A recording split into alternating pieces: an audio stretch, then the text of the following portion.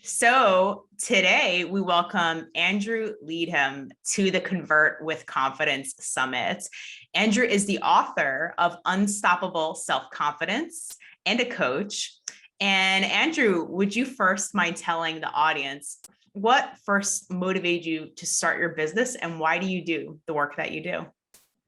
Sure. Yeah, I went on a bit of a journey probably 3 or 4 years ago where I had one of those times where life sort of completely fell apart. So everything that had kind of been the building blocks of my life up until that point, were literally just kind of falling away. So I was going through a very difficult divorce. Everything that I built up financially was falling away. Obviously, risking losing access to my children. So all of those kind of key building blocks were just kind of disintegrating. And so I found myself, in my early 40s at this place of going, really at kind of rock bottom, deep in debt, divorce, going, where the hell do I go from here? But more importantly than all of the things that I was losing externally, I'd kind of internally lost myself an awful lot as I'd gone through the back end of that process. And I really wanted to find a way back to being okay and feeling good about life and rebuilding life really, really fast. And I went on a bit of a journey to discover the secrets about what really made confidence happen in people. That I'd read a lot of stuff that kind of, seemed a bit academic or seemed a lot of, things that I didn't like fake it till you make it. Yeah. And none of them had kind of made sense and none of them really kind of connected with me. They'd given what I kind of call the firework effect, where people feel amazing for a short period of time and then kind of crash back down to earth. So I was looking for some real answers that lasted. And I connected with two incredible mentors who taught me the secrets to natural, lasting, unshakable self-confidence, but in that very calm and authentic way. And I remember one of my mentors, as I was going through this process with him, said to me, in 6 weeks, you won't recognize yourself. And in 12 weeks, no one else will recognize you either. And bear in mind, I was absolutely at rock bottom here. And he was absolutely right. I still had everything going on. But actually, he had just shown me the path back to that confidence and the path back to who I really was. And I had a lot of people coming up to me. They knew what I was going through and saying, what's happened? How the hell have you changed so quickly, given all the stuff that you're dealing with? And I shared with them some of the secrets, and that transformed things for them very quickly as well. And then a few more, and the same thing happened again. And so I realized that I actually had something pretty powerful and pretty special to share with people. I put that together in my book, which did really well. And off the back of that, I did, realize that I'd kind of found my purpose in life through that journey. And so now I kind of just love showing, anyone pretty much, no matter what life looks like today, how you can transform how you feel about yourself and therefore your life and your experience of life really in a matter of weeks.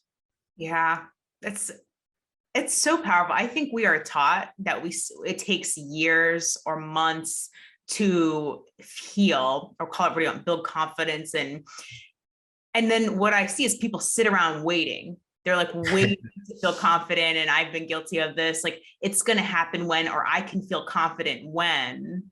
Yes, absolutely. Right? We give ourselves these when I lose weight, when I finally hit that 6-figure mark, when I finally, close that next client, then I can feel confident.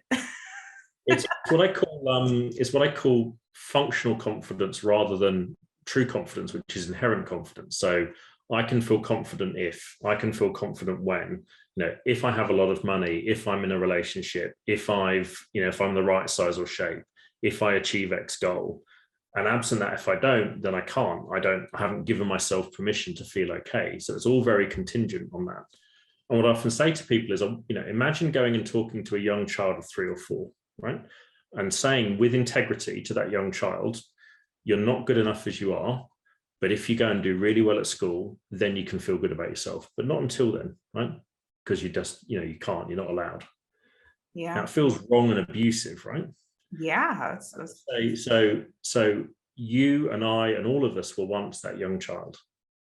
So what's the magical age at which that story changes? Because if you can't say it with integrity to the young child, you're then consciously choosing to live in a lie yourself. Yeah. Make sense? Yeah. Yeah. I think there's a lot of confusion around confidence and self-esteem. And I know from my own personal experience, like, these are built 2 separate ways. And also what I'm hearing, and for those of you listening, are you hearing what he's saying? Like, you do not have to wait to feel confidence. I mean, just pause and think about that for a minute. And just while we're on this topic, Andrew, what are some of the most common pitfalls you see people fall into when they're trying to, let's say, go build confidence? I think that's the most common phrase we hear. How do I build confidence? Like, what are the most common errors that you see? Well, really, I mean, the core of the secret that I learned, which changed everything for me, which is that the reason why so much teaching around confidence and success doesn't work for people is that it fundamentally starts in the wrong place. It fundamentally says you're someone who's in some way, shape, or form not matching up to all these amazing, successful, confident people. And here's all the things that you've got to learn, and here's all the things you've got to go and change about yourself in order to become one of those people, i.e., you're not there now, and you've got to change all this stuff about yourself in order to become that person. And the problem with that is that each book or each course or each interaction with that kind of process that you go through effectively adds this ever-growing laundry list of things that you're not, right? Which actually makes you feel worse rather than better, and actually makes you feel even less than you were before. Now, the truth that I learned is that the journey is not about learning anything. It's about unlearning all of the things that actually stop you from being who you really are, which is naturally confident and successful. Because kids, it's expressed in different ways, but no kid grows up thinking they don't deserve love. You look at a baby or a young child, they don't think I'm unworthy of love. We have to get taught that. No child, when they're learning to go and play a game, thinks I can't do that. They just get stuck in and go and play it, right? And there's a whole series of programs and ways of thinking that we're given as we grow up that take our wonderful potential from here and squash it right down to this tiny fraction of what it otherwise could be. And so the mistake people make is they go on a journey that is either destined to fail or makes it extraordinarily difficult to succeed, because each engagement with that process is adding to a list of things that you think you're not, i.e., you'll feel worse about yourself. And then when you connect with the truth, then things can shift very, very quickly, because fundamentally, behavior follows identity, not the other way around. So lots of these things that are operating at the level of behavior, they're trying to get you to fake it till you make it, do this technique, do all these things. But if the foundation, if the operating system that that's built on is of the identity of someone who's not enough, however much of a lie that may be, it can't work properly. Whereas when you get the operating system right, then all the behaviors naturally flow from there. Yeah, I know. I remember when I heard this fake it till you make it, and there was so much anxiety. And I think what I learned myself, and Andrew, maybe you have a better way of saying this, like, I guess because I was resisting who I actually was supposed to be showing up as, which was myself. So like fighting everything about myself to be something that is not even who I am. And well, it's very hard to be confident when you're lying, right? Yes. I mean, how can you turn up going, because now you know that even if they like me, they like a pretend version of me, right? Yeah. There's no way to build confidence through that process. And the truth is way more wonderful, right? And so when you actually just show up as authentically as who you are, but the best of who you are, then actually that's when you find yourself in the ability to connect, to make connections with people that are right for you and make sense for you. And you're not having to do this kind of color by numbers and calibrated approach to every conversation and every interaction going, am I acting in the confident ways that the textbooks told me, right? It puts you right in your head. It's not congruent. It's not aligned. Whereas when you just go, here's me, and I know who I am, and I'm free of those things that make me think in any way, shape, or form I have to be less than the best of me, then you actually, it feels right. It feels aligned. It feels natural. And so you're not having to kind of spend all this time in your head trying to do all these, minute calculations of how you calibrate the way you talk, your body language, your eye contact, etc. It's, as I said, every time I looked at it, it was a recipe for sending you backwards, not forwards. Yeah. So, we talked a little bit about this natural confidence, but what is not natural confidence? Like, what's the difference between being naturally confident and being someone who's not naturally confident? Like, what are most people doing?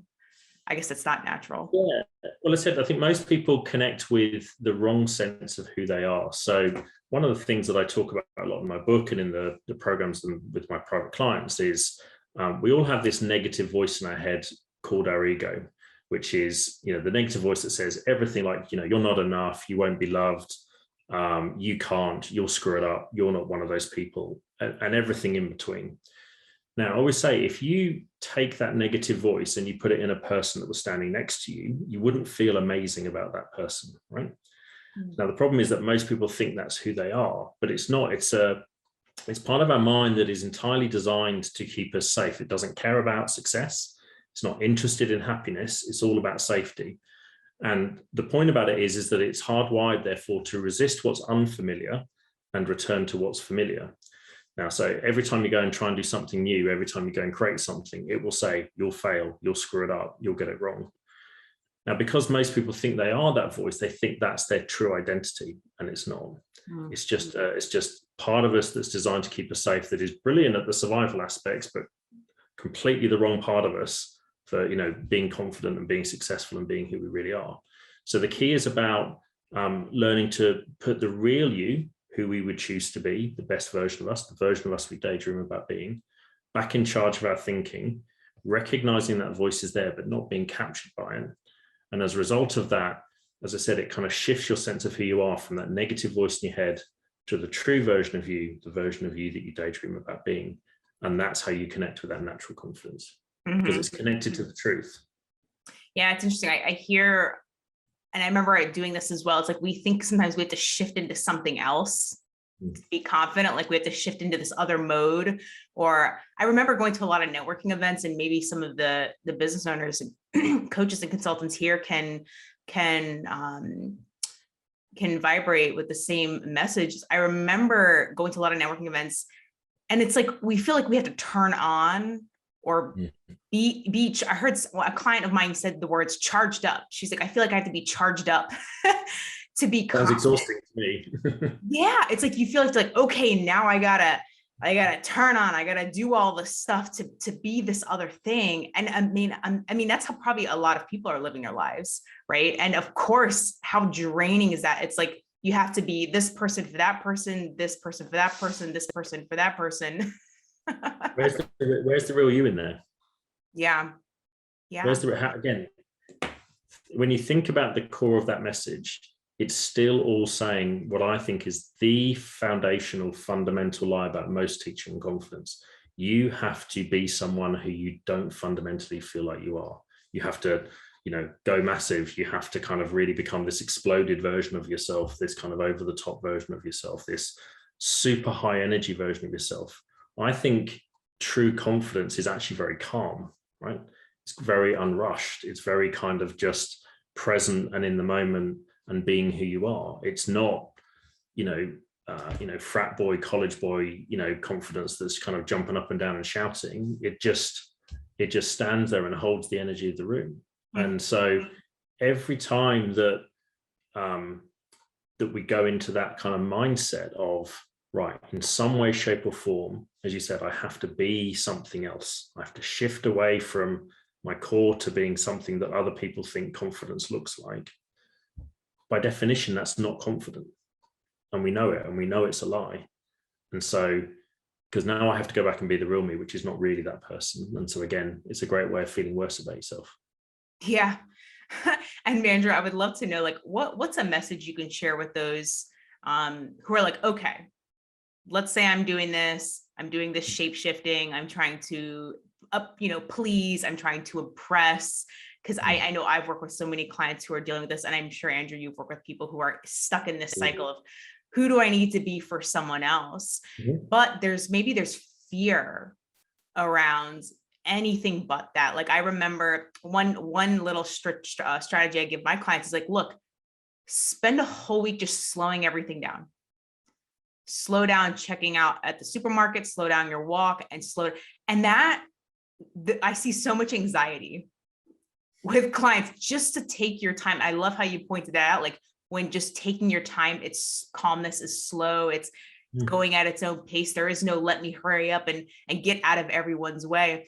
Andrew, what is there, like, one message that you can share for those who are like, the thought of that is like terrifying? Yeah, I kind of call it the mental noise, right? It's the mental head trash of I've got to be all of these things. I'm running all these separate agendas. Yeah. And, my simple question is, well, kind of how's that working for you, right? How is that going? Are you feeling good, calm, and confident through the end of that process, or are you feeling drained and worn out? Mhm. Because what I often say to people when I first start working with them is two things. So firstly, dare to be wrong about who you really are, right? That maybe the stories that you've told yourself about yourself aren't quite as true as you may have told them. You may have told yourself they are. The second one is that a lot of what I teach kind of goes quite against the grain, but this is the key part of this, is that your current thinking has got you the results you have in life right now. New thinking, new mindsets will get you the results that you're looking for. So if rushing around has got you the life you want, by all means, carry on with it. If it's not, maybe, just maybe, a different way, a better way is right there available to you. And when you can be open to that, and when you can see the truth, as I said, confidence is actually very calm in its essence, then you can be open to a much more powerful way of operating. Because now, instead of those agendas running you, you're setting the frame of your life, and you're going after the agenda that you're setting, and you're therefore allowing the right situations, people, and circumstances and opportunities to be filtered into your life, and the wrong ones to go out. Yeah. Because otherwise, by shape shifting and doing all these agendas, you're just kind of trying to be, that classic all things to all people, which means you've got all this stuff coming into your life that doesn't serve you, which is, again, becomes the vicious cycle with the business. Yeah. And let's face it, like, people can smell it on us when we're not being ourselves. I remember I was, even as a hypnotist, we're taught state control, or like how to show up, you can adjust your state. But one thing I realized is, if you're not congruent, people can pick up when you're not congruent, even if your eye contact is really good. It's like going back to what you said about confidence, and I think you said something about assertiveness, or earlier, one breakthrough I had with a psychotherapist of mine. He said, "What makes you think all assertive people are confident?" Yeah, absolutely. Absolutely. And I was just like, well, because there was a bully I was thinking of, and I was like, well, they seem really confident. And then, what makes you think? Yeah, absolutely. Absolutely. And it's our energy that creates that sense of confidence. You can feel around, because one of the big myths around confidence, to my mind, is that confidence equals being an extrovert, being the loudest person in the room, when I don't think that's true at all. In fact, many of the most confident people I know, some of them are extroverts for sure, but plenty of them are actually just kind of relatively, understated. They're just very centered, and they're very calm in who they are. And as you said, then when you bring that energy, that's what we pick up on, right? Our brains are super smart. They detect the incongruencies between, someone puffing their chest up and pretending to be really confident, but the energy is all wrong. And actually someone who, you said, just calmly stands there and, grabs the energy in the room. It's a very different approach. Mm-hmm. It took me a long time to fine tune my energy, years, but it doesn't have to. And I know, Andrew, you have a free gift for this audience to help them with that journey. I believe it's like a master course or an online course. Could you please tell us more about what you have for this audience? Sure, yeah, absolutely. So as a free gift to your audience, I've got a 5-day confidence upgrade program. It's a free on-demand video program. You can just go to my website, unstoppableselfconfidence.com, and you'll see the link there. And you can just sign up, just put in your email address, and you get free access to the program. And it gives you the 5 crucial steps for beginning that journey to transform your sense of yourself, your confidence, in that natural, calm way that I described. Awesome. Yeah. If you're doing all the things and you think you're coming off confident, but you still don't feel confident within yourself, you don't feel that calmness, then this is the gap between, who you are and who you want to show up as. So scroll to the bottom of this page, click the link to go get this free gift. This link is only available for the next 48 hours. So go get this. It's free. It's a free guided. I think, Andrew, you're guiding this. You're guiding the. It's an on-demand video program, 5 steps each day. There's a single step in the video. It's quite nice, kind of bite-sized chunks of video. I don't do anything too long because I like to give people the chance to digest it. But yeah, five days of video a day to absolutely take you through that process. Yeah. Why waste any time, guys? If you're struggling on your sales calls, your conversations, showing up on Zoom, hey, even though we're on Zoom, the anxiety is still there. That is one thing I have noticed in my clients, that you still need help showing up on camera. So if you're ready to really build that congruence within yourself, really step into calmness and get rid of all these masks. Let's get rid of all these masks. Let's start to really step into our own power and to feel good enough as we are. So if you're ready for that, click the link, go hop into this on-demand training. I'm sure it's juicy. It's just full of such juicy information to help you get into that place. So thank you, Andrew, so much for your time. Just such invaluable information here about confidence. So many people are asking this question. Here's your answer. There's your source right there. Fantastic. Thanks, Lou. That's great. Appreciate it. Awesome. Thanks everybody for tuning in today.